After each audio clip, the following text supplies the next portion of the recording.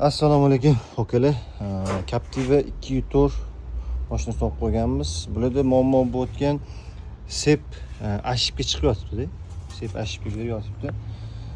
Sep ashibga deganda ko'pchilik o'ylaydiki, sep ketib qoldi, sep cho'zilib ketib qoldi deb o'ylashadi. Aslida har narsadan chiqib ketishi mumkin.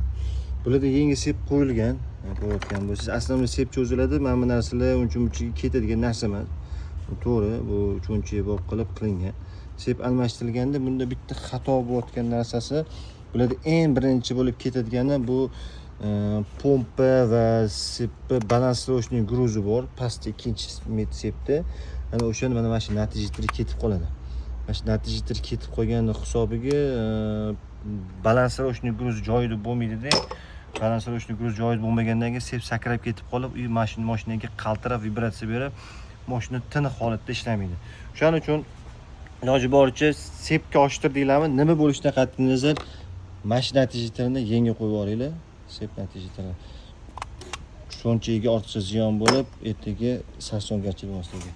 Joyingiz sog' bo'lsa, Arzu avtoservis doim xizmatiga tayyor.